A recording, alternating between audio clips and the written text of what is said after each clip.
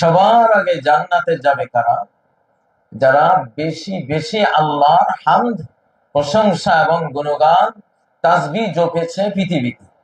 যার তাসবিহর পরিমাণ, আলহামদুলিল্লাহর পরিমাণ যত বেশি, সে তত আগে জান্নাতে যাবে।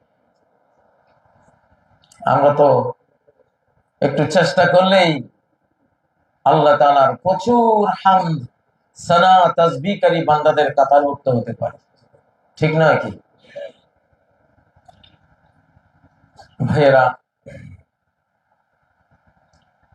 মানুষের ঈমান, ভালোবাসা, আল্লাহর প্রতি তার বিশ্বাস, আল্লাহর প্রতি তার তাওয়াক্কুল, আল্লাহর সাথে তার ভাব বিনিময়, আল্লাহর প্রতি তার তাকওয়া, তার ভয়, এগুলো মানুষের মনের ভিতরে থাকে।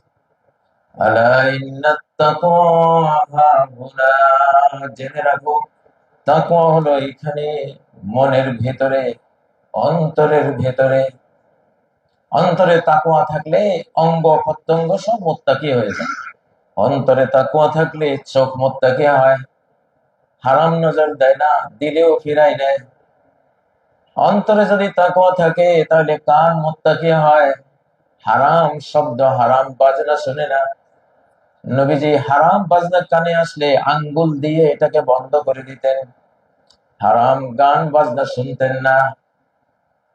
অন্তরে তাকওয়া থাকলে হাত মুত্তাকি হয়ে যায়, কারো কোনো সম্পদ সে হরণ করে না, চুরি করে না। অন্তরে তাকওয়া থাকলে পা মুত্তাকি হয়, এই পা তাকে বহন করে কোনো হারামের দিকে নেয় না, সিনেমার জগতে নেয় না, মদের বারে নেয় না, জিনা রাস্তা নেয় না, মসজিদে নিয়ে যায়। আলা ইন্নাত তাকওয়া হাহুনা। মন হলো, অন্তর হলো মানুষের বাদশা, মানুষের রাজা, মানুষের প্রেসিডেন্ট। যদি অন্তর মুত্তাকি হয়, আল্লাহওয়ালা হয়, ভালো হয়, দেহ পুরোটাই কি হয়ে যায়? ভালো হয়ে যায়। ও ভাইয়েরা, অন্তরে কি আছে এটা মরার পরে বের হয়। দুনিয়াতে একটু মানুষ বুঝে আজ করে, মৃত্যুর পরে এটা প্রকাশ পায়। যদি ভেতরে সুবাস থাকে, ঈমান থাকে, এমন ঈমান যে ঈমানের কারণে সে বুঝে আমি আল্লাহর আযাব থেকে মামুন, নিরাপদ হয়ে গেলাম, আমন আমান পেয়ে গেলাম। আল্লাহ আমার কাছ থেকে, আমার অপরাধ থেকে, পাপাচার থেকে তিনিও নিরাপদ থাকলেন, আমিও তার আযাব থেকে নিরাপদে থাকব। একটা ঈমানের মধ্যে কি থাকতে পারে? নবী সাল্লাল্লাহু আলাইহি সাল্লামকে এক পাল্লায় রেখে আবু বকর, ওমর সহ গোটা উম্মতকে আরেক পাল্লায় রেখে ওজন করা হলো। নবী সাল্লাল্লাহু আলাইহি ওয়াসাল্লামের ওজন বেশি হলো। ওজন তো বিল উম্মতে ফারাজাহতু, উম্মত, গোটা উম্মতকে এক পাল্লায় রেখে আমাকে এক পাল্লায় রেখে ওজন দিলে পরে আমার ওজন বেশি হলো।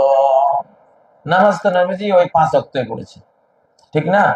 তাহাজ্জুদ ওই 11 রাকাতে, রমজানের রোজা ওই 1 মাসে, আমাদের মতোই তো সবকিছু। কিন্তু পার্থক্য এত বিশাল পার্থক্য যে আবু বকর, ওমর, উসমান সহ সাহাবী সহ তাবী সহ দুনিয়ার কিয়ামত পর্যন্ত গোটা উম্মত এক পাল্লায় আর আল্লাহ রাসূল এক পাল্লায়, ওনার ওজন বেশি।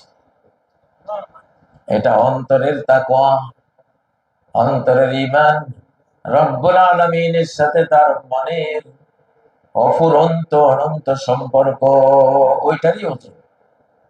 ওসমান হাদি যে মারা গেল, কি যে ছিল তার অন্তর জগতে আল্লাহ জানে। একটা ছেলে মানুষ, কি ছিল তার মনোজগতে। গোটা বাংলাদেশ, গোটা বাংলাদেশকে মোহিত করে দিল। গোটা বাংলাদেশ তার জন্য কাঁদলো, সারা বাংলাদেশ তার জন্য দোয়া করলো, দোয়া করছে, সারা পৃথিবীর মুসলিমরা দোয়া করছে।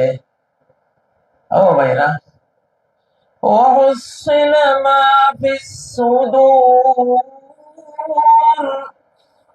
সিনার মধ্যে কি আছে, অন্তরের মধ্যে কি আছে, কি ঈমান আছে, এগুলি সব আল্লাহ কালেক্ট করে, বের করে।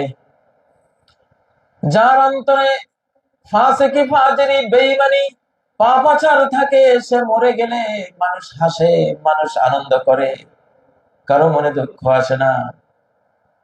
এমন জীবন তুমি করিবে গঠন, মরিলে হাসিবে তুমি, কাঁদিবে ভুবন।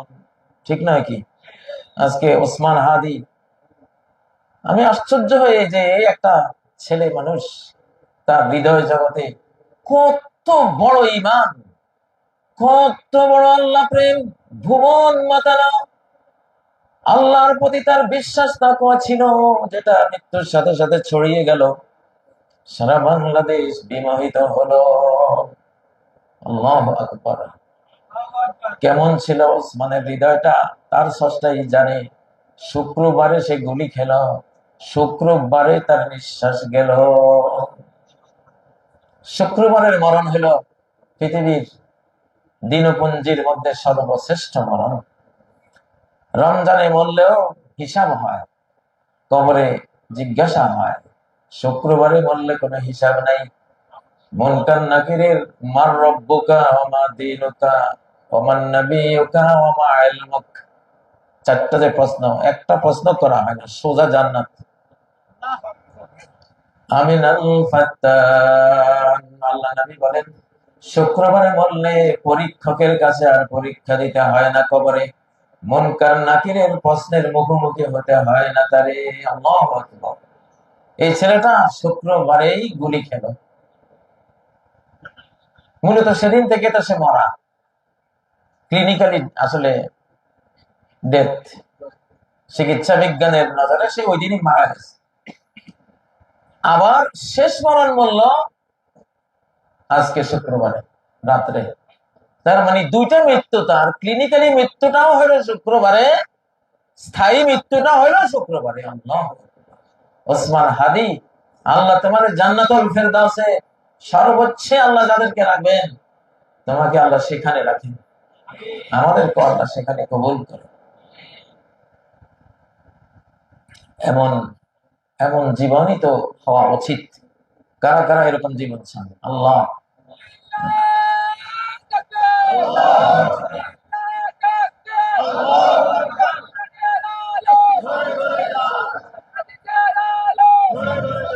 ওসমান হাদি,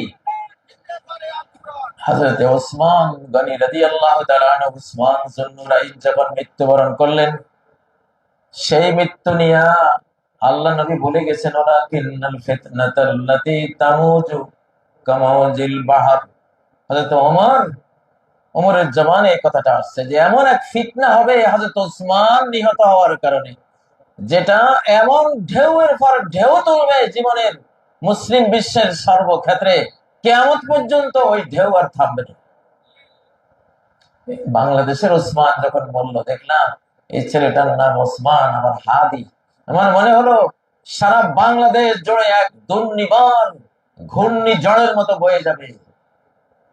ফাসাদ যারা করে, অন্যায় যারা করে, অন্যায় খুন যারা করে, বাংলাদেশকে বিক্রি যারা করে, তাদের উপর দিয়ে ঝড় বয়ে যাবে। সত্য হচ্ছে কিনা? সত্য হচ্ছে। এই ঝড় আল্লাহর কাছ থেকে আসে। ও ভাইয়েরা, জীবনের সফলতা তো এইখানে।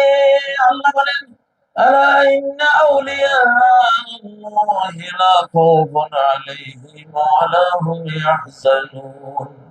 যারা আল্লাহর বন্ধু, তাদের কোনো ভয় নাই, তাদের কোনো টেনশন নাই। কারণ তারা কার বন্ধু? আমাদের বন্ধু কে? আল্লাহ। ইলাহ মানে বন্ধু, লা ইলাহা ইল্লাল্লাহ মানে কি? কোন বন্ধু নাই আল্লাহ ছাড়া। ইলাহ বন্ধুত্বের দিকে ফাইনালি গড়ায়। আগের যুগের বড়রা লা ইলাহা ইল্লাল্লাহ, তারপরে বলতেন লা মাবুদা ইল্লাল্লাহ, তারপরে বলতেন লা মাহবুবা ইল্লাল্লাহ, তারপরে বলতেন লা মাকসুদা ইল্লাল্লাহ। ব্যাখ্যা করতেন। লা ইলাহা ইল্লাল্লাহ তিনটা ব্যাখ্যা আমাদের বুড়া মুরব্বীরা, বুড়িরা আমরা শুনছি, ওনারা এই ব্যাখ্যাগুলি করতেন। লা ইলাহা ইল্লাল্লাহ পরে তিনটা কথা, লা মাবুদা ইল্লাল্লাহ, আল্লাহ ছাড়া কোনো মাবুদ নেই, লা মাহবুবা ইল্লাল্লাহ, আল্লাহ ছাড়া কোনো বন্ধু নাই। মাহবুব মানে কি? বন্ধু। আমাদের বুড়া বুড়িরা বুঝতো যে আমার বন্ধুকে কবরে কে যাবে? স্বামী, স্ত্রী, বাবা, মা, ফ্রেন্ড সার্কেল, চাচা, ভাতিজা, কেউ যাবে? যাবে কেউ? ওসমান হাদির সাথে যাবে কেউ? কিন্তু কে তার সাথে থাকবে? আল্লাহ তার রহমতের নজরে তারে রেখে দেবেন। সুবহানাল্লাহ। লা ইলাহা ইল্লাল্লাহ। সূরা আল বাকারার 255 নম্বর আয়াতে, আয়াতুল কুরসিতে আল্লাহ বললেন, আল্লাহু লা ইলাহা ইল্লা হুয়াল হাইয়ুল কাইয়্যুম। আল্লাহু লা ইলাহা ইল্লা হুয়াল হাইয়ুল কাইয়্যুম। আল্লাহ, তিনি ছাড়া কোনো ইলাহ নাই, তিনি চিরঞ্জীব, সব জীবের জীবন তিনি ধরে রাখেন, কন্টিনিউ করে রাখেন। এর এক আয়াত পরে 257 নম্বর আয়াতে ইলাহ মানে কি আল্লাহ নিজে ব্যাখ্যা দিলেন, আল্লাহু ওয়ালিয়ুল্লাযীনা আমানু। ইলাহ মানে আল্লাহু ওয়ালিয়ুল্লাযীনা আমানু। আল্লাহ বন্ধু হলেন তাদের যারা ঈমান এনেছে। যারা কি? আল্লাহ তাদের বন্ধু। ও ভাইয়েরা, ওসমান হাদি, ও যুবকরা, তরুণরা, দেখো ওসমানের মতো একটা জীবন নিয়ে মরতে পারো কিনা, দুনিয়া থেকে যেতে পারো কিনা। লাহুমুল বুশরা ফিল হায়াতিদ দুনিয়া। আল্লাহর বন্ধু যারা, দুনিয়াতে থাকতেই তাদের জন্য বিশারত, তাদের জন্য সুসংবাদ আসতে থাকে। সুসংবাদ কি? দুইটা জিনিস সুসংবাদ। একটা হলো ঘুমের ঘোরের সত্য স্বপ্ন আসে, দ্বিতীয়টা হলো তার কানে শুধু চতুর্দিক থেকে মানুষের প্রশংসা আসে। ইমানদাররা তার প্রশংসা করে, ইমানদাররা যার প্রশংসা করে সে জান্নাতি হয়। নবীজি বসে আছেন, একটা জানাজা গেল, লোকেরা বলল খুব ভালো মানুষ ছিল। তিনি বললেন ওয়াজাবাত, ওয়াজিব হয়ে গেছে, ফরজ হয়ে গেছে। পরে আরেকটা জানাজা গেল, লোকেরা ওই মাইয়েতের দুর্নাম করলো, লোকটা খারাপ ছিল। নবীজি বললেন ওয়াজাবাত, ওয়াজিব হয়ে গেছে, ফরজ হয়ে গেছে। সাহাবীরা জিজ্ঞাসা করলেন, ইয়া রাসূলুল্লাহ, দুইটা লোক মুর্দা দুইটা গেল, আমরা একটার প্রশংসা করলাম, আপনি বললেন ফরজ হয়ে গেছে, ওয়াজিব হয়ে গেছে। আরেকটাকে আমরা দুর্নাম করলাম, আপনি বললেন ওয়াজিব ফরজ হয়ে গেছে। ব্যাখ্যাটা কি বুঝলাম না। নবী সাল্লাল্লাহু আলাইহি সাল্লাম বলেন, হাযা আসনাইতুম আলাইহি খায়রান ফাওয়াজাবাত লাহুল জান্নাহ। এই মাইয়িতের তোমরা প্রশংসা করেছো, তার জন্য আল্লাহর কাছে জান্নাত ফরজ হয়ে গেছে। আর এই মাইয়িত ওয়াহাযা আসনাইতুম আলাইহি শাররান ফাওয়াজাবাত লাহুন নার। যেই মুর্দার তোমরা দুর্নাম করেছো, তার জন্য জাহান্নাম ফরজ হয়ে গেছে। আনতুম শুহাদাউল্লাহি ফিল আরদ, তোমরা আল্লাহর আদালতের রাজ সাক্ষী। যার ব্যাপারে ভালো সাক্ষ্য দিবা, আল্লাহ তারে ভালো বলবেন। যার ব্যাপারে খারাপ সাক্ষ্য দিবা, তারে আল্লাহ খারাপ বলবে। এটা মানে এই নয় যে আপনি জানাজার নামাজের আগে জিজ্ঞাসা করবেন লোকটা কেমন ছিল, ওইটা না। মানুষ নিজের মন থেকে জিজ্ঞাসা ছাড়াই যেটা বলে, কেউ জিজ্ঞাসা করে নাই। মজলিসে কি কেউ কাউকে খারাপ বলে? বলা যায়? বলা যায় না। খারাপ কেউ ভালো বলতে হয় বাধ্য হয়ে। এটা হলো কেউ তাদেরকে বাধ্য করে নাই, জিজ্ঞাসা করে নাই, মন থেকে তারা বলছে লোকটা কি ছিল, ভালো ছিল। মন থেকে বলেছে লোকটা খারাপ ছিল। তাহলে সমাজ, ইমানদাররা আপনার হলেন আল্লাহর আদালতের সাক্ষী। ও ভাইয়েরা, আমাদের এই যুগ 2024 সালের পরে আগামী 50, 60, 70, 80 বছর যতদিন পৃথিবীতে মুসলমান থাকবে, এই যুগটা হলো আল্লাহর কোরআনের যুগ। এই যুগটা কার যুগ? এই যুগটা কার যুগ? আমাদের এই উসমান হাদি মাদ্রাসার ছাত্র ছিল, কোরআনের ছাত্র ছিল, স্কুল কলেজে পড়েছে, বিশ্ববিদ্যালয়ে পড়েছে, কিন্তু তার সে আলেম পরিবারের ছেলে, কোরআনের পরিবারের ছেলে। যেহেতু কোরআনের শতাব্দী শুরু হয়েছে, আল্লাহু আকবার, আল্লাহ যেন একটা জানান দিল, দেখ আমার হাদিকে দেখ, আমি নিয়ে আসছি, আর তোরা সবাই তার জন্য কাঁদছিস। আমার এই কোরআনের ছাত্র হওয়ার কারণে আমি তার এই মর্যাদা আমি বাড়িয়ে দিয়েছি। সারা বাংলাদেশের বুকে আজকে হাদি আর হাদি, সব তরুণরা আমি কে তুমি কে, হাদি আর হাদি নামটা তো কত সুন্দর নাম, হেদায়েতকারী।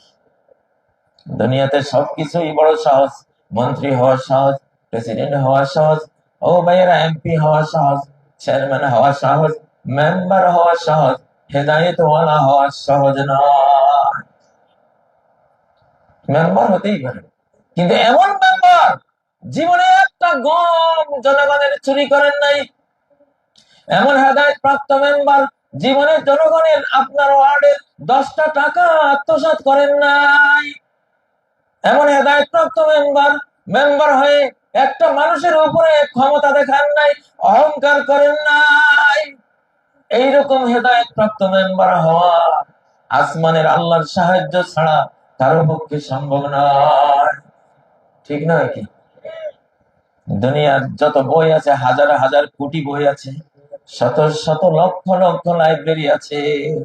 এইসব লাইব্রেরি বিজ্ঞানী বানাই দিতে পারবে, মহাকাশে জাহাজ উড়াতে পারবে, পাতালের তলে ডুবুরি জাহাজ পাঠিয়ে দিতে পারবে, কিন্তু একজন ওসমান হাদি বানাতে পারবে না। পারবে? হ্যাঁ, একজন এমন লোক দুনিয়ার সব নারীরা তার সামনে দিয়ে গেলেও সে তার নজরকে অবনমিত করে রাখবে।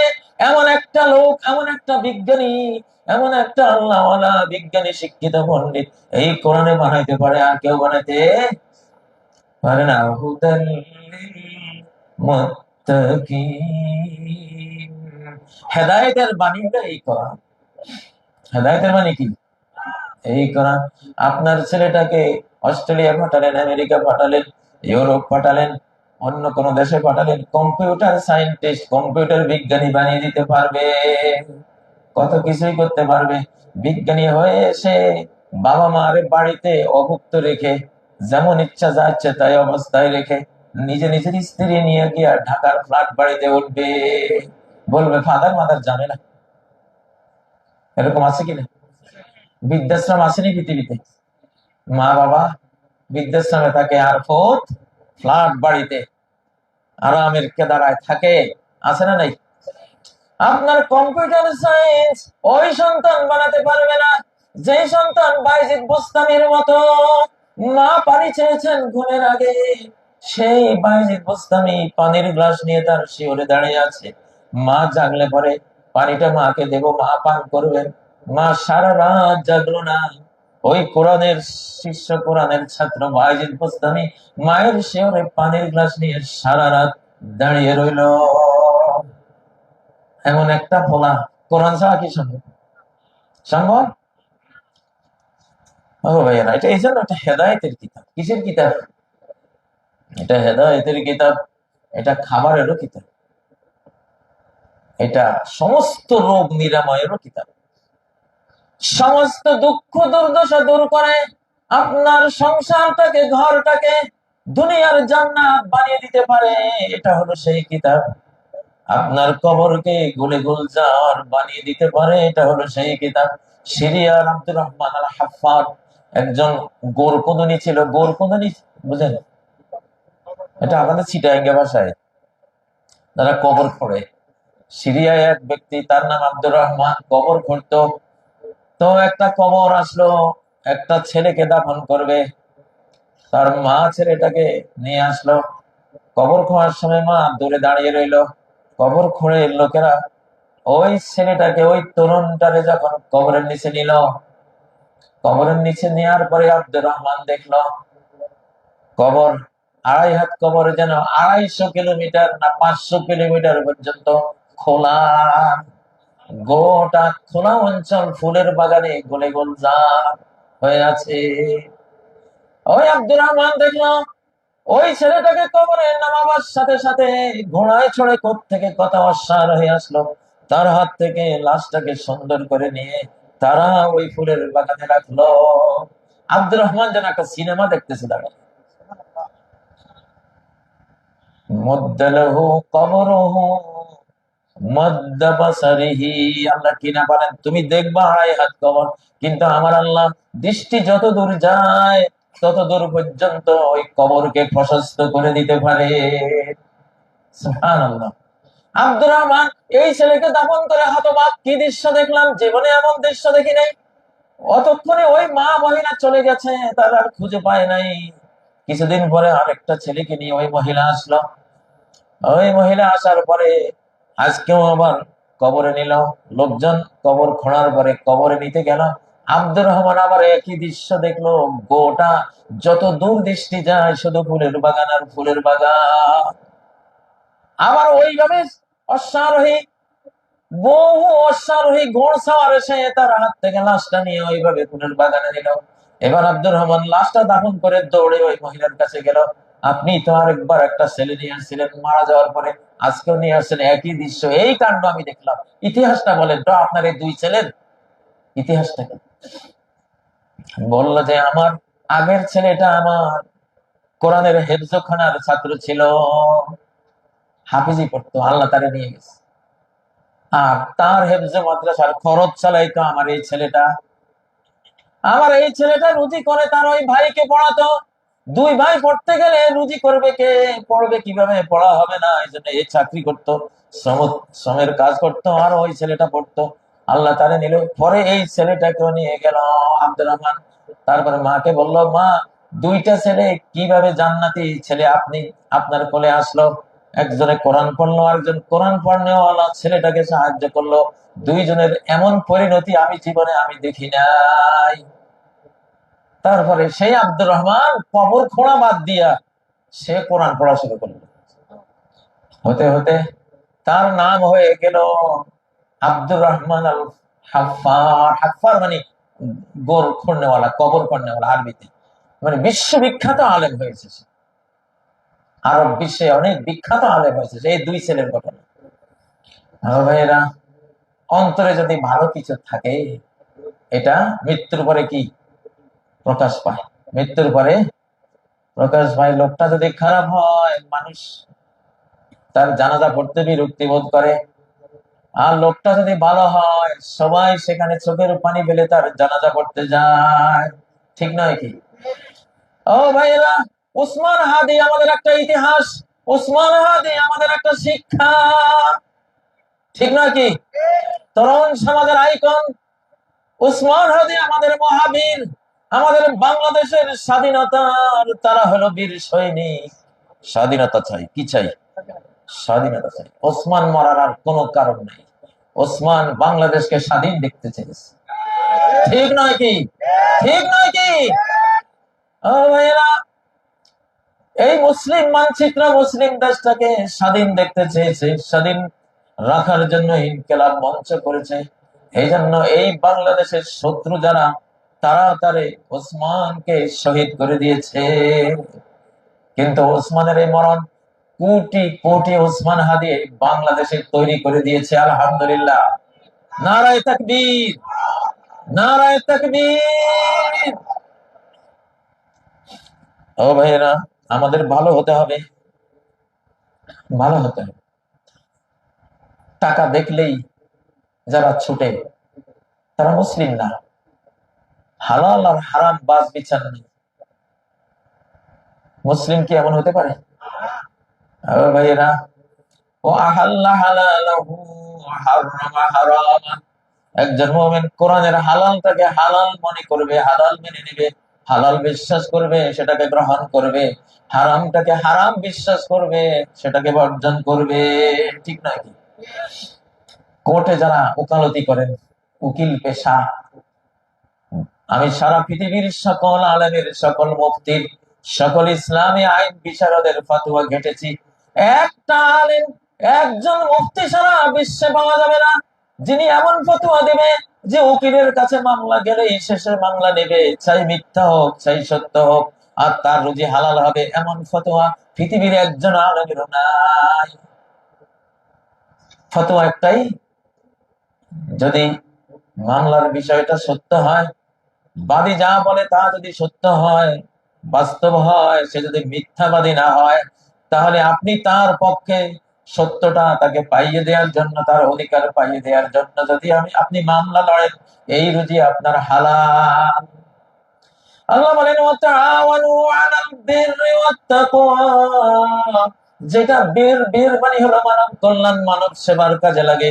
তাকওয়া মানে যেটা আল্লাহর ইবাদত হিসেবে যেটা করা হয়, তাহলে মানব সেবা অথবা আল্লাহর ইবাদত যেটা, সেই কাজে একে অপরকে সাহায্য করো। ওয়ালা তাআওয়ানু আলাল ইসমি ওয়াল উদওয়ান, পাপের কাজে আরেকজনের সীমা হক ধ্বংস করার কাজে কেউ কাউকে সাহায্য করো না। কিন্তু আমাদের বাংলাদেশে উকিল সাহেবরা এই কাজ করে। আমাদের ওসমান হাদি যার হাতে নিহত হলো, সে তো জেলখানাতেই ছিল নাকি? যে উকিলরা তাকে বের করলো, তাদের এই রুজিটা কি হালাল হলো? হালাল হলো? ও ভাইয়েরা, তোমাদের ওই ভুলের কারণে আজকে আমরা যদি বলি ওসমান হাদির হত্যাকাণ্ডে তোমাদের হাত রয়েছে, তোমাদের রক্ত রঞ্জিত হয়েছে, আল্লাহর কাছে তাইতে হবে। ও ভাইয়েরা, আল্লাহ বলেন লাউ আন্না আহলাস সামাই ওয়া আহলাল আরদি ইশতারাকু ফি দামি মুমিনিন লাআকাব্বাহুমুল্লাহু ফিন্নার। আসমানের সমস্ত অধিবাসী, জমিনের সমস্ত অধিবাসী সবাই মিলে যদি একজন মুমিনকে হত্যা করে, তাহলে সমস্ত আকাশের অধিবাসী, জমিনের সমস্ত মাখলুকাত অধিবাসীকে আল্লাহ তাআলা ওই একজন মুমিনের খুনের কারণে জাহান্নামে মুখ থুবড়ে নিক্ষেপ করবে। কত বড় অপরাধ! ভালো হওয়ার সময় হয়েছে। আমাদের কোর্ট কাছারির উকিল সাহেবরা মামলা পেলেই নেবেন না। মামলা মিথ্যা হলে যদি নেন, তাহলে মিথ্যার সহযোগিতা করে নিজের আখেরাত বরবাদ করলেন, নিজের দুনিয়ার স্ত্রী, নিজের ছেলে মেয়েও বরবাদ করলেন। আপনার এই হারাম রুজি খেয়ে আপনার স্ত্রী কোনোদিন সচ্চরিত্রা থাকবে না। আপনার এই হারাম রুজি খেয়ে আপনার ছেলে মেয়েও কোনোদিন ভালো হবে না, ওসমান হাদি হবে না। কি হবে না? আপনার সন্তান না, আপনার পরকালের সামগ্রী হবে না। ইমাম বুখারী, যে ইমাম বুখারীর নাম শুনে না এমন মুসলমান পৃথিবীতে আছে কিনা আমার সন্দেহ। সেই ইমাম বুখারীর বাবা ইসমাইল ছিলেন মস্ত বড় ব্যবসায়ী, এমন ব্যবসায়ী, তিনি বলতেন আমার এই কোটি কোটি কোটি টাকা পুঁজির মধ্যে একটা টাকাও কোনো হারাম নাই। হারাম তো দূরে থাকুক, একটা টাকা সন্দেহ আছে যে হারাম হতে পারে, হালালও হতে পারে, এরকম একটা টাকাও নেই। তার ঘরে কি হয়েছে? ইমাম বুখারী রাহিমাহুল্লাহ। আর হারাম খাইলে গাল কাটা কামাল, কুত্তা জহির, ওই যে তারপরে মুরগি দিলাম, একটি হান্নান, নতুন গুলির নাম নাই বা দেয় না, এগুলি হবে ঠিক না? ও ভাইয়েরা, তাহলে মুসলমান মুসলিমকে যে হালাল কবুতরের জাত, যে কাউয়া না, ঠিক না? ঠিক, সে কুকুর না যে পায়খানা খাবে, সে হরিণ, সে হলো কবুতর, সে কখনো হারামে মুখ দেবে না। ও ভাইয়েরা, হারাম থেকে যে গোশত জন্ম হয়, রক্ত মাংস হয়, যে এনার্জি হয়, ওই এনার্জি ওই রক্ত মাংস দিয়ে জিন্দেগি ভরে ইবাদত করলেও পরকালে গিয়ে দেখবেন কিছুই হয় না, কিছুই হয় না, সবে বাতিল। ইন্নাল্লাহা তাইয়্যিবুন লা ইয়াকবালু ইল্লা তাইয়্যিবা। আল্লাহ পবিত্র, পবিত্র ইবাদত ছাড়া কোনো ইবাদত তিনি কবুল করেন না। মেহমান আসলো, আপনি পোলাও কোরমা দিলেন, বিরিয়ানি দিলেন, বিরিয়ানির পাশে একটু গোবর দিয়ে রাখছেন, আপনার মেহমান কি ওই বিরিয়ানি খাবে? কি বলেন? আপনি খাবেন? আপনার গোবর বিরিয়ানির পাশে যদি একটু পায়খানা দিয়ে রাখেন, আপনি খাবেন? কি করবেন? বমি করবেন। আল্লাহ তো সেটাই বললেন, তুমি যদি হারাম খাও আমার কাছে ওই রকম মনে হয় হারামটা না পাক। ও ভাইয়েরা, বিচারক ভাইদেরকে বলছি, যারা বাংলাদেশের বিচারক হয়েছেন, জামিন চাইলেই জামিন দিয়ে দেবেন না। আপনাকে আল্লাহ বিবেক দিয়েছেন, বিচার শক্তি দিয়েছেন, অবশ্যই আপনাকে দেখতে হবে এই অপরাধীটা জামিন পেয়ে কি করতে পারে। আপনাকে আল্লাহ চেয়ারে, যখন বিচারকের চেয়ারে বসালেন, অবশ্যই এমন কিছু বুদ্ধি জ্ঞান আপনাকে আল্লাহ দিয়েছেন যেটা আপনি ব্যবহার করে আপনি অপরাধী শনাক্ত করতে পারবে, ঠিক নয় কি? আল্লাহ যারা যেখানে বসায় তার যোগ্যতা দেয়। আল্লাহ নবী বলেন আল কুদাতু সালাসা, বিচারকরা তিন প্রকার। কাদিম ফিল জান্নাহ, এক ধরনের বিচারক জান্নাতে যাবে, ওয়াইজনানি ফিন নার, আর দুই ধরনের বিচারক জাহান্নামে যাবে। ফাআম্মাল্লাযী ফিল জান্নাহ ফারাজুলুন আরাফাল হাক্কা ফাকাদা বিহি ফাহুয়া ফিল জান্নাহ। জান্নাতি বিচারককে, যে সত্য যেটা, অপরাধীকে নিরপরাধীকে সত্য সত্য জেনেছে, যে অপরাধী তাকে শাস্তি দিয়েছে, যে নিরপরাধী তাকে খালাস দিয়েছে, সত্য বিচার করেছে, এই বিচারক জান্নাতে যাবে। আর ওয়ারাজুলুন আরাফাল হাক্কা ফাজারা বিল হুকমি ফাহুয়া ফিন্নার, আরেক বিচারক সে জানলো সত্যটা কি, সত্যটা জানলো এই লোকটা আসলে অপরাধী, আসলে খুনি, আসলে ক্রিমিনাল, এর জামিন দেয়া যায় না, তারপরেও সে আরেকজনের প্রভাবে পড়ে বা টাকা খেয়ে জামিন দিয়ে দিল, এই বিচারক জাহান্নামে যাবে। বিচারপতিরও বিচার হয় না, না বিচারপতির বিচার হবে না কি না হবে? মালিকি ইয়াউমিদ্দিন, বিচার দিবসের মালিক কে? বিচার দিবস দুই রকম, একটা হলো ফাইনাল বিচার দিবস যেটা আখিরাতে আসবে, আর একটা হলো দুনিয়ার বিচার দিবস। দুনিয়াতে আল্লাহ যাকে যখন ধরে তখন তার বিচার দিবস শুরু হয়ে যায়। ফেরাউনকে যেদিন ধরেছেন সেদিন তার বিচার দিবস, নমরুদের যেদিন ধরেছেন সেদিন নমরুদের বিচার দিবস, কওমে আদ, কওমে সামুদ, কওমে নূহ, কওমে লূতকে যেদিন ধরেছেন সেদিন তাদের বিচার দিবস, আবু জাহেলকে বদরের যুদ্ধের দিনে যেদিন ধরেছেন সেদিন তার বিচার দিবস শুরু হয়েছে। এখন দেখেন আমরা বিচারকদেরকে নিয়ে ওয়াজ করতেছি, বিচার শুরু হয়েছে কিনা? তুমি এখন উল্টা পাল্টা বিচার করে বাঁচতে পারবো না, কারণ এটা 70 শতাব্দী, 2024 থেকে আগামী 50-60 বছরে কোরআনের শতাব্দী, ন্যায়ের শতাব্দী, ন্যায় বিচারের শতাব্দী, সত্য বিজয়ের শতাব্দী, অসত্য পরাজয়ের শতাব্দী। এখানে কোনো অসত্যবাদী টিকতে পারবে না। আল্লাহ তাকে হাজার হাজার লাখ লাখ কোটি কোটি মানুষের সামনে মান ইজ্জত সব ধ্বংস করে দেবেন, বেইজ্জত করে দেবেন। এখন যারা উকিলরা, যারা অপরাধীদেরকে ছাড়িয়ে নিয়েছে, এখন সব ভয়ে কাঁদতেছে, আল্লাহ আল্লাহ, না জানি আমারটা বাইরে। ঠিক না বে ঠিক?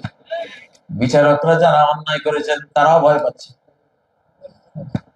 এই শতাব্দী অলৌকিক শতাব্দী, আমাদের এই 2024 পরবর্তী শতাব্দী হলো অলৌকিক শতাব্দী। মানে অলৌকিক শতাব্দী মানে কি? জমিনের বিশাল বিশাল শক্তি আসমানের আল্লাহর মারের ছোটে পৃথিবী থেকে নাই হয়ে যাবে, বিদায় হয়ে যাবে। ওয়ারসালা আলাইহিম তায়রান আবাবিল, ঠিক না কি? আল্লাহ তাআলা আব্রাহার 60,000 বাহিনীকে ছোট্ট পাখির বাহিনী দিয়ে বোম্বিং করাইয়া দুনিয়া থেকে এমন ভাবে বিদায় দিছে, কাসফিন মাকুল, গরু আর উট মহিষ ঘাসের চাবাইয়া যেমন চূর্ণ বিচূর্ণ করে দেয়, লাবড়া বানিয়ে দেয়, এমন আক্রমণ করেছে ওই পাখিরা। সৈনিকের লোহার হেলমেট ভেদ করে, তার সারা শরীর ভেদ করে, তার হাতি ভেদ করে গিয়া জমিনে বিঁধেছে, আর তার সারা শরীরটা কুষ্ঠ রোগে পচে গেলে ধ্বংস হয়ে গেছে। এইরকম মার দিয়েছে। এখন সেই অলৌকিক শতাব্দী, যে কোনো অন্যায় করলে ধরা পড়তে হবে। এটা যেহেতু শেষ জামানার নবীর যুগ, তিনি তো শেষ জামানার নবী ছিলেন, তিনি দুনিয়া থেকে চলে গেছেন 1450 বছর আগে। 1450 বছর আগে শেষ জামানা শুরু হয়েছে, আখেরি জামানা শুরু হয়েছে আজকে না। আখেরি জামানা শুরু হয়েছে কোন দিন? যেদিন আখেরি জামানার নবী পৃথিবীতে এসেছেন সেদিন থেকে আখেরি জামানার শুরু। ঠিক নাই? কারণ তিনি তো শেষ জামানার নবী, মানে শেষ জামানায় আসবেন এমন নবী, আখেরি জামানায় আসবেন এমন নবী। তিনি বলতেন কিয়ামতের মৃদুমন্দ বাতাস যখন শুরু হয়েছে, কিয়ামতের স্টার্ট হয়ে গেছে, পৃথিবীর বিদায় ঘন্টা যখন বেজে গেছে, তখন আমি পৃথিবীতে আসলাম। তাহলে শেষ জামানা শুরু হয়েছে 1450 বছর আগে। 1450 বছর চলে গেছে, আর রয়েছে কি মিয়া? সামনে আর কি আছে? তো এই শেষ জামানার সম্বন্ধে আল্লাহ বলেছেন শেষ জামানায় কিয়ামত যখন শুরু হবে, কিয়ামত দিবসে বা কিয়ামতের আগ থেকে সমস্ত গোপন জিনিস প্রকাশ করে দেওয়া হবে। আল্লাহু আকবার। গুলি করছে রাস্তায়, সিসি ক্যামেরা সব ধরা, চুরি করেছে রাতের অন্ধকারে, গৃহস্থরা সবাই ঘুমি, সিসি ক্যামেরা সজাগ, সকালবেলা দেখে অমুক বাড়ির কলিমুদ্দিন চুরি করছে। ঠিক না বেটি? গোপন আর কি গোপন থাকবে? এখন আর কোন গোপন রাখতে পারবে না, কোনো না কোনো ভাবে ধরা পড়বে। একেবারে লতা পাতা শুদ্ধই, জ্বর শিকড় সহ ধরা পড়ে যাবে। অপরাধের যুগে টানা অপরাধ করো না। ভাইয়েরা, পারলে নেক আমল করো, বদ আমল করো না। পারলে বন্ধবান হও, পাপী হইও না। ও ভাইয়েরা, বিচারের কাজ শুরু হয়ে গেছে। আল্লাহ বলেন, ইয়াসলাউনাহা ইয়াউমাদ্দিন, বিচার দিবসে প্রত্যেক মানুষ তার যে পানিশমেন্ট আছে ওই পানিশমেন্টের পয়েন্টে পৌঁছে যাবে। ওমা আদরাকা মা ইয়াউমুদ্দিন, বিচার দিবস কি তুমি কি জানো? আল্লাহ বলেন, সুম্মা মা আদরাকা মা ইয়াউমুদ্দিন, বিচার দিবস কি কি জানো? বিচার দিবস শুরু হয়েছে 1450 বছর আগে। কিয়ামত কি তো বিচার দিবস বলে।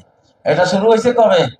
1450 বছর পরে। ও ভাইয়ারা, আমেরিকার এক হোটেলে একটা ডায়মন্ডের আংটি একজনে ভুলে টেবিলে রেখে গেছে। রেখে ওই লোক চলে গেছে।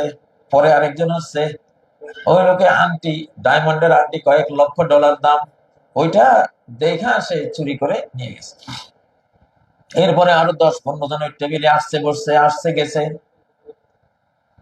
মূল যে ডায়মন্ডের আংটিটা যে হারিয়েছে সে হোটেলে আসলো, 5 স্টার হোটেলে, বললো আমার তো আংটিটা হারিয়ে গেছে, এখানে রেখেছিলাম। তখন সিসি ক্যামেরা ছিল না। তখন ওরা খুব দুশ্চিন্তা করলো, তাহলে এখানে কারা কারা বসছিল এটা লিস্ট করলো। কারা কারা এই টেবিলে আসলো লিস্ট করলো। ওইখানে একটা ছোট্ট ফুলের গাছ রাখা। হোটেলের মালিকরা বললো, এই গাছটা সাক্ষী, সে দেখছে। এই গাছটা সাক্ষী, আংটিটা কে নিয়েছে এই গাছটাই দেখেছে। যেহেতু কোরআনে আল্লাহ বলছেন জমিন হলো সাক্ষী, কিয়ামতের দিন কোন জমিনে বসে তুমি বিড়ি খেয়েছো, কোন জমিনে বসে তুমি খুন করেছো, কোন জমিনে তুমি জিনা করেছো, কোন জমিনে তুমি চুরি করেছো, কোন জমিনে তুমি সেজদা করেছো, ইয়াউমাইযিন তুহাদ্দিসু আখবারাহা, জমিন নিজে নিজে সাংবাদিকের মতো তার সমস্ত সংবাদ সে পরিবেশন করবে। আল্লাহু আকবার। গাছ সাক্ষী, আমার এই মাইক সাক্ষী, শামিয়ানা সাক্ষী, দুর্বাঘাসেরা সাক্ষী, চামড়া সাক্ষী, চক্ষু সাক্ষী, কান সাক্ষী, গোটা অস্তিত্ব, আকাশ মাটি সবাই আল্লাহর সাক্ষী। সবাই এনএসআই, ডিজিএফআই, কেজিবি, সিআইডি সবাই গোয়েন্দা। এগুলি সবাই কি? সব গোয়েন্দা ভাই, সব দেখতেছে। কিন্তু তো গাছ, ফুলের ছোট্ট ফুলের গাছটাকে সাক্ষী মেনেছে ওরা। তো যে কয়জন ওই টেবিলে বসেছে এক একজনকে বলে, ভাই আপনি গাছটার সামনে একটু বসে যান। অনুবীক্ষণ যন্ত্র সেট করে দেখতেছে গাছের মধ্যে কোনো প্রতিক্রিয়া হয় কিনা। একজন একজন করে আসে আর চলে যায়, আসে আর চলে যায়, গাছ কোনো প্রতিক্রিয়া দেখায় না। একটা লোক আসলো, বসলো সাথে, পাতার মধ্যে একটু কম্পন শুরু হয়ে গেল। গাছের পাতা অনুবীক্ষণে দেখা গেছে গাছের পাতা যেন একটা এতক্ষণ যা করে নাই সেরকম একটা প্রতিক্রিয়া করলো। সাথে সাথে বললো তুমি নিয়েছো। পরেও বললো আসলে আমি ভুল করেছি, মাপসাপ করে দেন, পকেট থেকে বাইরে করে দিচ্ছি। বুঝেন না? এটা সেই যুগ, এটা সেই যুগ। কোন পাপ করে, কোন অন্যায় করে আপনি বাঁচতে পারবেন না। সূরা বাকারার মধ্যে আরেকটা রহস্যজনক আয়াতে আল্লাহ বললেন, ওয়াল্লাহু মুখরিজুম মা কুনতুম তাকতুমুন। হত্যাকাণ্ডের ব্যাপারে আয়াতটা, হত্যাকাণ্ড যতই লুকাও আল্লাহ বাহির করবেন। আমি 1982 সালে মাদারীপুর আহমদিয়া আলিয়া মাদ্রাসায় হাদিস পড়াতে গেছিলাম, হাদিসের মুহাদ্দিস ছিলাম। কত সালে? 82। কত বছর আগে? আজ থেকে 42 বছর আগে। আমার বয়স তখন 18 বছর। আমার ছাত্রের বয়স ছিল 20-22 বছর। আমার ওস্তাদের বয়স 18 আর ছাত্রের বয়স ছিল 20-22 বছর। আমার এক ছাত্র ছিল আব্দুল হাকিম, দাড়িওয়ালা। আমার দাড়িও ছিল না, মোচও ছিল না। আমি ওদেরকে বুখারী মুসলিম পড়াইতাম। তো সে একদিন গল্প করলো, কয় হুজুর, আমি ওরা বলছিলাম যে হত্যাকাণ্ড কেউ লুকাতে পারে না, পারবে না। ঠিক বলছেন। কয় একদিন আমার গ্রামের একটা লোক, বৃষ্টি আসছে, বৃষ্টির ফোঁটা পুকুরে পড়ছে।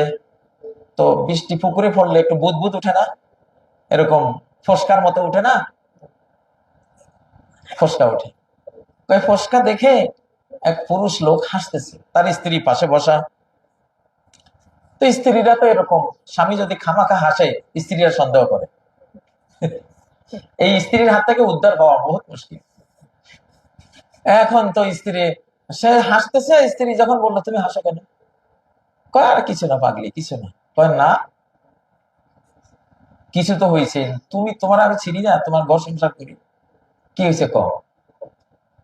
এখন বলবে না বলবে না বলবে না, স্ত্রীও ছাড়বে না ছাড়বে না, হইতে হইতে পুরুষ পরাস্ত হইলে বললো শোন পাগলি, জীবনে কাউকে বলবি না, ওয়াদা দে। আচ্ছা ঠিক আছে, ওয়াদা দেখি। মেয়ে লোকের ওয়াদা আর শেষ রাতের ঘুম এক সমান, বুঝেন না। তো বললো যে আমি, এই গ্রামে যে একটা লোক নিহত হয়েছে, আজ পর্যন্ত 25-30 বছর হয়ে গেল, কোন পুলিশ কোন গোয়েন্দা কেউই খুঁজে পাইলো না কে মারলো লোকটা। আসলে লোকটারে আমি মারছিলাম। স্বামীটা বলতেছে লোকটারে আমি মারছিলাম। তো স্ত্রী কইতেছে তাহলে হাসলা কেন, একজন মানুষ মারছে, কত ভয়ঙ্কর, কত বেদনা বিধুর ঘটনা, তুমি হাসতেছো। হাসলাম ওই লোকের বোকামি দেখে, কেমন বেকুব আর বোকা লোক ছিল। স্ত্রী বলল কি বেকুবি, কি বোকা ছিল। কয় যখন তারে মারতেছিলাম তখন এরকম বৃষ্টি পড়তেছিল পুকুরের মধ্যে। তো পুকুরের মধ্যে বৃষ্টির ওই বুদবুদ ওই ফসকা পড়তেছিল। সেই নিহত লোকটা বলল মরার আগে যে আমি বৃষ্টির এই এই ফসকা গুলির সাক্ষী মানলাম, তারা একদিন বলবে যে তুই আমারে মেরেছিস। কয় আমি এই জন্য ওই লোকটার বোকামির কথা হঠাৎ মনে হইলো, তো বৃষ্টির এই ফসকা দেখে এই জন্য হাসতেছি, কেমন বোকা লোক। তো বৃষ্টির ফসকা এগুলির ভাষা আছে, এরা কথা বলতে পারে। যাকে স্ত্রী শুনছে, দিন যায়, সপ্তাহ যায়, মাস বছর যায়, স্ত্রী কোনো সমস্যা করে। হঠাৎ একদিন স্ত্রীর সাথে এমন কিছু নিয়ে লাগছে, এমন ঝগড়া ঝগড়া লাগছে, এখন তালাকের পর্যায়ে চলে গেছে। স্ত্রী আর তার ঘর করবে না। এইবার স্ত্রী গিয়া ওই পার্শ্ববর্তী বাড়িতে বলে দিছে যে এই লোক হলো সে খুনি, সে আমাকে বলেছে তোমাদের লোক মরার সময় বৃষ্টির ফসকাকে সাক্ষী মেনেছিল। ঠিকই, সে বুঝে নাই ফসকাও যে কথা বলতে পারে। ফসকা দেখে সে হাসলো, এটাই ফসকার ভাষা, আর সেই হাসির জন্য আমি ধরলাম, হাসলা কেন আমাকে বলতে হবে। ফসকা তারা হাসাইছে, ফসকা তো আর নিজে কথা বলতে পারবো না, ওরা হাসাইলো, আমি তার হাসির কারণ বের করলাম, সে আমারে বললো। হাজার আমি স্ত্রী হলেও স্ত্রী স্বামীর সম্পর্ক তো চিরস্থায়ী না, অনেক সময় ভাঙিয়ে তো যায়। সেই এই যে বোকালো আমাকে কথাটা বলে সাক্ষী রাখলো, তো ওই ফসকাতে যে নিহত ব্যক্তি সাক্ষী রাখছে সে বুদ্ধিমান, আর তুই যে আমি মহিলার সাক্ষী রাখছি তুই বেকুব, ঠিক না। বলে দিছে, পরে পুলিশে ধরে নিয়ে গেছে, ফাঁসি খাই গেছে। তাহলে চিন্তা করে দেখেন, হত্যাকাণ্ড লুকানো সম্ভব? বহু ঘটনা এমন আছে, আর বিশেষ করে শেষ জমানা লুকাতে পারবে না। ও ভাইয়ারা, আমি বলতেছিলাম আমাদের এখন ভালো হওয়ার যুগ, কোরআন ওয়ালা হওয়ার যুগ। বাংলাদেশকে আল্লাহ তাআলা একটা মস্ত বড় পরীক্ষার মধ্যে ফেলেছেন। বাংলাদেশ যদি এবার কোরআনের দিকে যায়, বাংলাদেশ রক্ষা পাবে, কোরআন রক্ষা করবে ইনশাআল্লাহ। দিন হলো আমাদের রক্ষাকারী, দিন আমাদের। আল্লাহুম্মা আসলিহ লি দীনি আল্লাযী হুয়া ইসমাতু আমরি। আয় আল্লাহ, আমার দ্বীন তুমি হেফাজত করো, আমার দ্বীন তুমি রক্ষা করো, যে দ্বীন আমাকে বাঁচাবে দুনিয়াতে, আমাকে বাঁচাবে কবরে, আমাকে বাঁচাবে আখিরাতে। ও ভাই, যার দ্বীন নাই সে কবর আযাব থেকে বাঁচে না, যার দ্বীন নেই সে জাহান্নামের আযাব থেকে বাঁচে না, যার দ্বীন নেই অপরাধ করতে করতে দুনিয়াতে আল্লাহর আযাব গজব লানত থেকে সে বাঁচে না। ও ভাইরা, না মা নাযালা যামবুন মা নাযালা বালাউন ইল্লা বিযামবিন। দুনিয়ার কোন বালা মুসিবত গুনাহ ছাড়া আসে না, দুনিয়ার কোন বালা মুসিবত গুনাহ ছাড়া আসে না। আর যখন আসে বালা মুসিবত, যখন আসে তওবা ছাড়া বিদায় হয় না। গুনাহ ছাড়া আসে না, তওবা ছাড়া বিদায় হয় না। ভূমিকম্প আসছিল কদিন, আল্লাহ খুব ঝাঁকুনি দিছে আমাদের। আলহামদুলিল্লাহ, বাংলাদেশের ধর্মপ্রাণ মুসলিমরা অনেক কেঁদেছে, আল্লাহর কাছে অনেক তওবা করেছে, আলেমরা অনেক দোয়া শিখিয়েছে। মানুষের ইস্তেগফার আর তওবা দেখে আল্লাহ তাআলা ভূমিকম্প তুলে নিয়েছেন। কিন্তু যদি আবার আমরা শুরু করি, আল্লাহ আবার ঝাঁকুনি দেবেন। পাপের টাইম নাই, পাপের কি নাই, টাইম নাই। ও ভাইরা, হযরত আদম জান্নাত থেকে এই জমিনের কারাগারে কেন আসলেন? কি সমস্যা হয়েছিল? দ্বীনের সমস্যা হয়েছিল। একটি ধর্মীয় হুকুম, আল্লাহর দেয়া একটা হুকুম অমান্য হয়েছিল, ঠিক না? ওই হুকুম অমান্য না হলে এই কারাগারে তারা আশা লাগতো না, ঠিক না বেঠিক? ইবলিস ইবলিস চিরতরে একেবারে তার 14 গোষ্ঠী সহ মালউন হয়ে গেছে, অভিশপ্ত, আল্লাহর গজবপ্রাপ্ত, আল্লাহ থেকে বিতাড়িত, জান্নাত থেকে বিতাড়িত, জাহান্নামী হয়ে গেছে। কেন? কি কারণে? একটা দ্বীনি হুকুম। আল্লাহর হুকুম তো সবই দ্বীনি হুকুম, ঠিক না? আল্লাহর হুকুম মানতে হয়, এটাই ধর্ম। আল্লাহর হুকুম মানাই তো ধর্ম, নাকি? আল্লাহ যদি বলেন নামাজ পড়া পড়তে হবে, যদি বলেন যাকাত দাও দিতে হবে, যদি বলেন রোজা রাখো রাখতে হবে, যদি বলেন হজ করো করতে হবে, যদি বলেন যুদ্ধ করো করতে হবে, যদি বলেন সেবা করো করতে হবে। আল্লাহর হুকুম পালনে তো দিন, নাকি বলেন? করো করো না, এই কাজ করো এই কাজ করো না, এটাই তো পুরো দিন। অতীতে যত বিপর্যয় হয়েছে ইবলিসের জীবনে হুকুম লঙ্ঘনের কারণে হয়েছে, আদমের জীবনে হয়েছে, তাও আল্লাহর আদেশ লঙ্ঘনের কারণে হয়েছে, ঠিক না বেঠিক? আপনি যদি একটা উষ্টা খান, মাহফিল থেকে যাওয়ার সময় এটির মধ্যে উষ্টা খেয়ে বৃদ্ধ আঙ্গুল উল্টে গেছে, আপনি যদি গবেষণা করেন ব্যাপারটা কি, উষ্টা খাইলাম কেন, সকাল থেকে এই পর্যন্ত যদি কি কি করছেন আপনি ফিরিস্তি টানেন, হিসাব টানেন, দেখবেন যে একটা পাপ বাইরে আসবে উপরে। আজকে হয়তো মারে এই কষ্ট দিয়ে আসছে, আজকে হয়তো এই ফরজ কাজটা লঙ্ঘন করে আসছি, আজকে হয়তো অমুক ওস্তাদকে অমুক আলেমের এই গালি দিয়ে আসছি, কোনো না কোনো একটা পাপ বাইর হবে, ঠিক না ঠিক? وما أصابك من سيئة فمن نفسك, যত মন্দ তোমার জীবনে আসে সব তোমার নিজের কোন গুনার কারণে আসে। আল্লাহ তাআলা বিনা গুনাহে বিনা অন্যায়ে কাউকে কোনো শাস্তি দেন না। ও যুবক ভাইয়েরা, পার্লামেন্টে কোরআন চাই, কে কে চাই?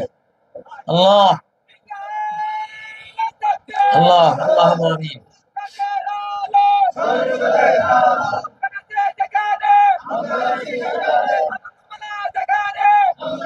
ও ভাইরা,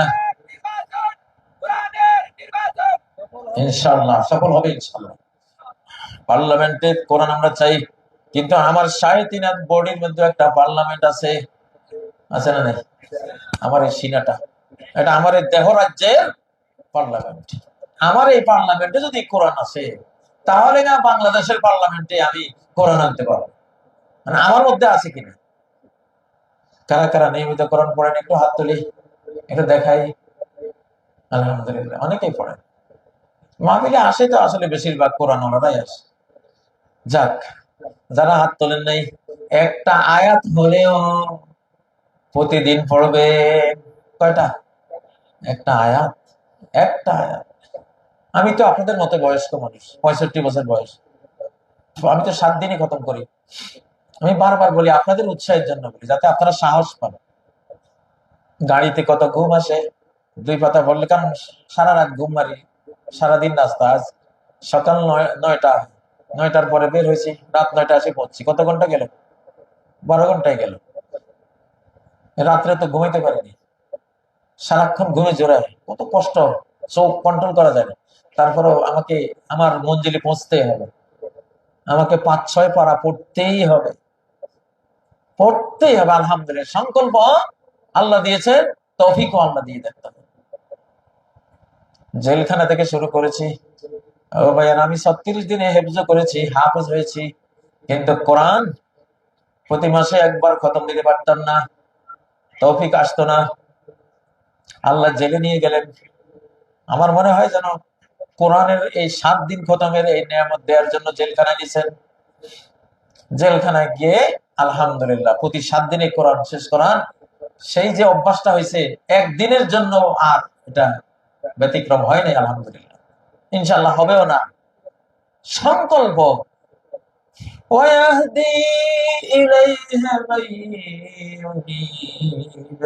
যে আল্লাহর দিকে যেতে চায়, আল্লাহ তার দিকে তারা নিয়ে যান, রাস্তা দেখিয়ে নিয়ে যান। আপনি যদি বলেন আল্লাহ আমি 1 পারা পড়বই, প্রতিদিন এক পারা পড়তে পারবেন? যদি বলেন মাসে এক খতম দেব, এই অবশ্যই খতম দিতে পারবেন।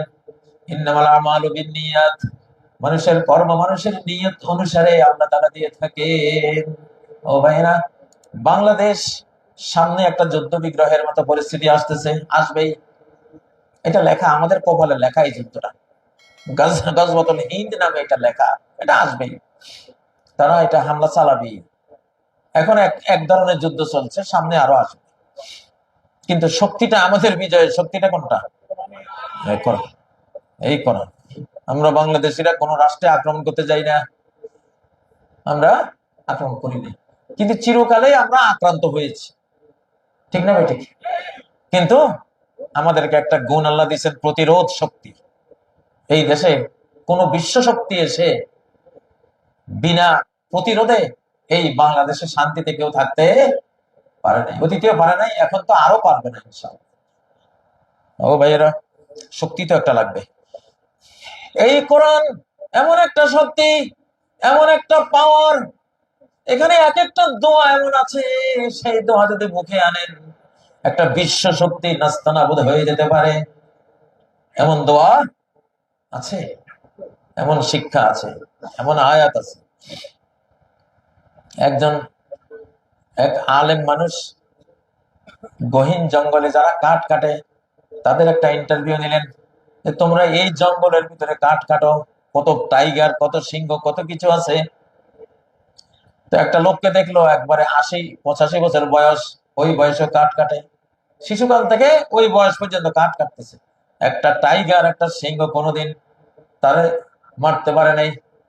আলেম জিজ্ঞাসা করলো, তুমি কিভাবে এই অসাধ্য সাধন করলা? এত দীর্ঘ জীবন এই বাঘ ভাল্লুক সিংহের ভিতরে কাঠ কাটো, তুমি এখনো বাঘের শিকার হওয়া নাই? বাঘ তো নিশ্চয়ই তোমার বহুবার হামলা করেছে। হ্যাঁ, সিংহ বাঘ বহু হামলা করেছে, কিন্তু আমাকে কিছু করতে পারেনি। কয় যে তুমি কি করেছো, কি করো তুমি? আমি হামল পড়ি। সে বললো আমি হামল পড়ি। তো আলেম জিজ্ঞাসা করে, হামল কি? কোরআনে একটা আয়াত আছে, ওয়াহামলুহু ওয়া ফিসালুহু সালাসুনা শাহরা। আয়াতের অর্থ হলো, মা যে সন্তানকে গর্ভে ধারণ করে, হামল মানে গর্ভে ধারণ করা, মা যে গর্ভে ধারণ করে তারপরে ভূমিষ্ঠ করে দুধ পান করায়, সব মিলিয়ে ৩০ মাস লাগে। ১০ মাস মাতৃগর্ভে, বাকি ২০ মাস হলো মানে দুধ পান। তো হামলুহু ওয়া ফিসালুহু সালাসুনা শাহরা। তাহলে এই লোক বলতেছে আমি হামলুহু, এখানে যে হামলটা আছে, হামলের এক অর্থ হলো হামলা করা, আক্রমণ করা। কয় আমি বাঘ আসলে, সিংহ আসলে হামল কয়েকটা ছিটকে দিয়ে আর ওরা উল্টা পায়, দৌড় মারে। আল্লাহু আকবার। কোরআন, কোরআনের ক্ষমতা কি, পাওয়ার কি! ও ভাইয়েরা, ইমাম খোমেনির এক মহিলা এসে প্রশ্ন করতেছে, আমার চুলগুলি প্রচন্ড কোঁকড়ানো, ইমাম সাহেব একটা আয়াত বলে দেন, যে আয়াত আমি চর্চা করলে আমার চুলগুলি সোজা হয়ে যাবে, তীরের মতো সোজা হয়ে যাবে। উনি বললেন, তুমি এক কাজ করো মা, তুমি ইহদিনাস সিরাতাল মুস্তাকিম এই আয়াতটা পড়ো, ডেইলি যতবার মন চায় পড়ো, যে হে আল্লাহ আমাকে তুমি সরল পথ দেখাও, স্ট্রেট ওয়ে, সোজা রাস্তা দেখো, তোমার চুল সোজা হয়ে যাবে। ওই মহিলা মাসখানিক পরে আসে, হুজুর আলহামদুলিল্লাহ আমার চুল সোজা হয়ে গেছে। তাহলে যদি চুল সোজা হয়, সমাজ সোজা হবে না?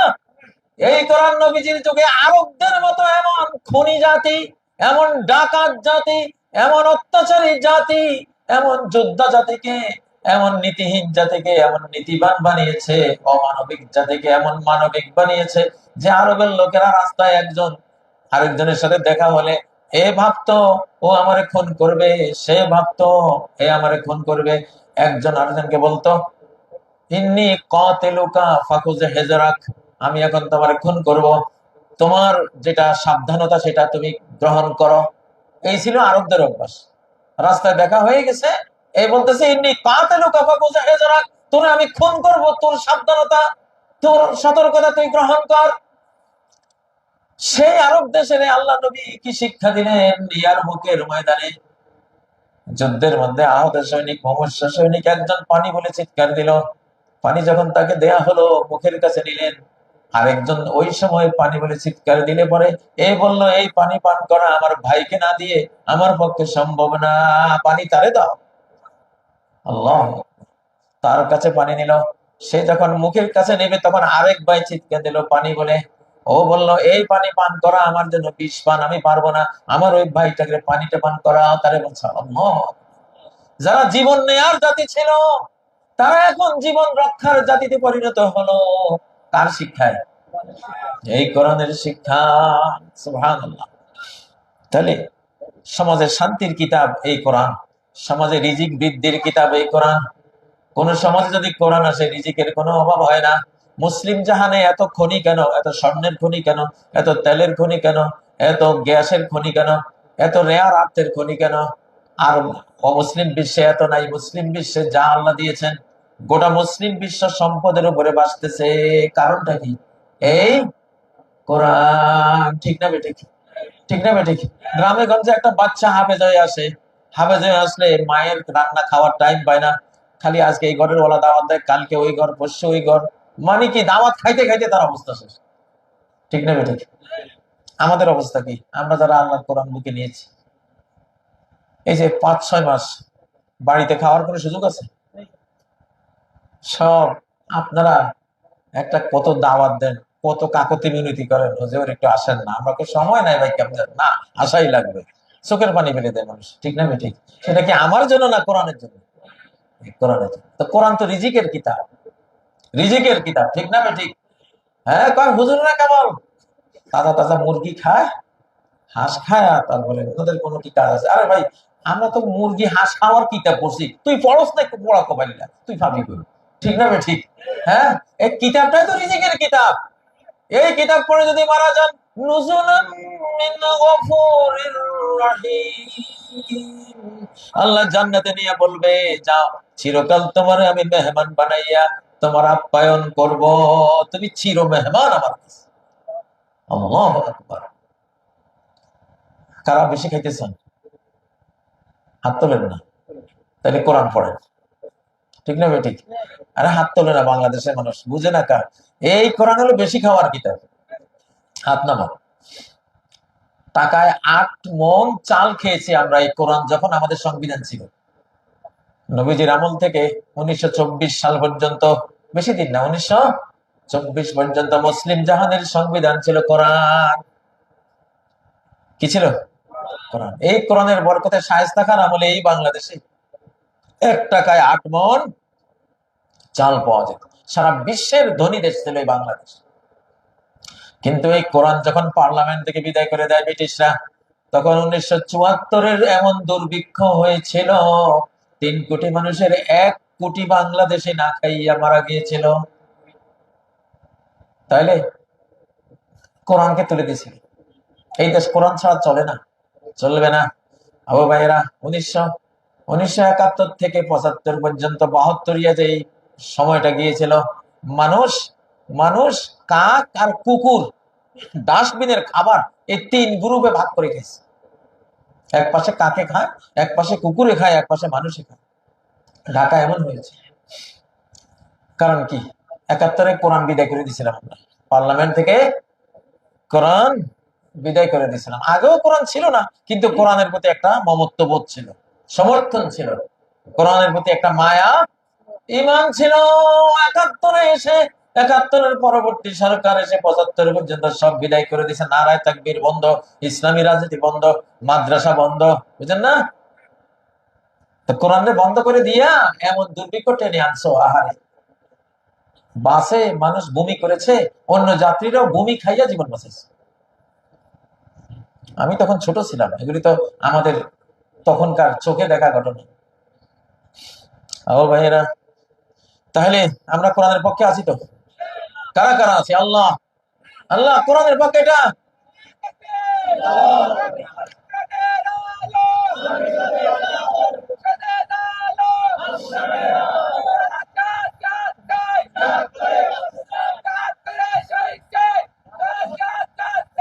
আচ্ছা ভাইয়েরা, আল্লাহ আপনাদের আবেগ কবুল করুন। আল্লাহ মনটা দেখেন, কি দেখেন? মনটা দেখেন। ব্যাং হযরত ইব্রাহিম আলাইহিস সালামের অগ্নিকুণ্ডের দিকে ফিরে পেশাব করেছিল ব্যাগ। তার পেশাবে ওই অগ্নিকুণ্ড বন্ধ হয় নাই, তার পেশাবে ওই অগ্নিকুণ্ড পর্যন্ত যায় নাই, যাইতে পারার কোনো সুযোগ ছিল না। কিন্তু ব্যাং মারা নিষেধ, কারণ সে নবীর পক্ষ নিয়েছে। আর কাকলাস, গিরগিটি কাকলাস আছে না, মানুষ দেখলে যে লাল হয়ে যায়, বন জঙ্গলে থাকে, দৌড় মারে, এরকম কাকলাস আছে না, এইটা হযরত ইব্রাহিমের অগ্নিকুণ্ডের দিকে ফু মেরেছিল, আগুনটা আর একটু বাড়ুক, বুঝলেন না, ফু মেরেছিল। নাফাকা আলা ইব্রাহিম, হযরত ইব্রাহিম আলাইহিস সালামের আগুনে ফু মেরেছিল, তার ফুতে আগুন বাড়ে নাই, ওই ফু তার আগুন পর্যন্ত যায়ও নাই, কিন্তু আল্লাহ তার মনটা তো দেখছে। তোর মন এত নষ্ট করে, একজন নবীর উপরে তুই ফু মারলি আগুন বাড়াবার জন্য। এখন এই কাকলাসে এক বাড়িতে মারলে 100 নাকি, 2 বাড়িতে মারলে 50 নাকি, বাড়ি বেশি লাগছে কার? তোমার এত রাগ কম কা? এমন রাগ করে মার দিবে এক বাড়িতে, ও জীবন শেষ। ঠিক না ঠিক? তা আল্লাহ মন দেখেন, কি দেখেন? হ্যাঁ, কোরআনের মনটা দেন, ইনশাআল্লাহ আপনার দাম কি পরিমাণ আল্লাহর কাছে হয়, তারপরে দেখেন।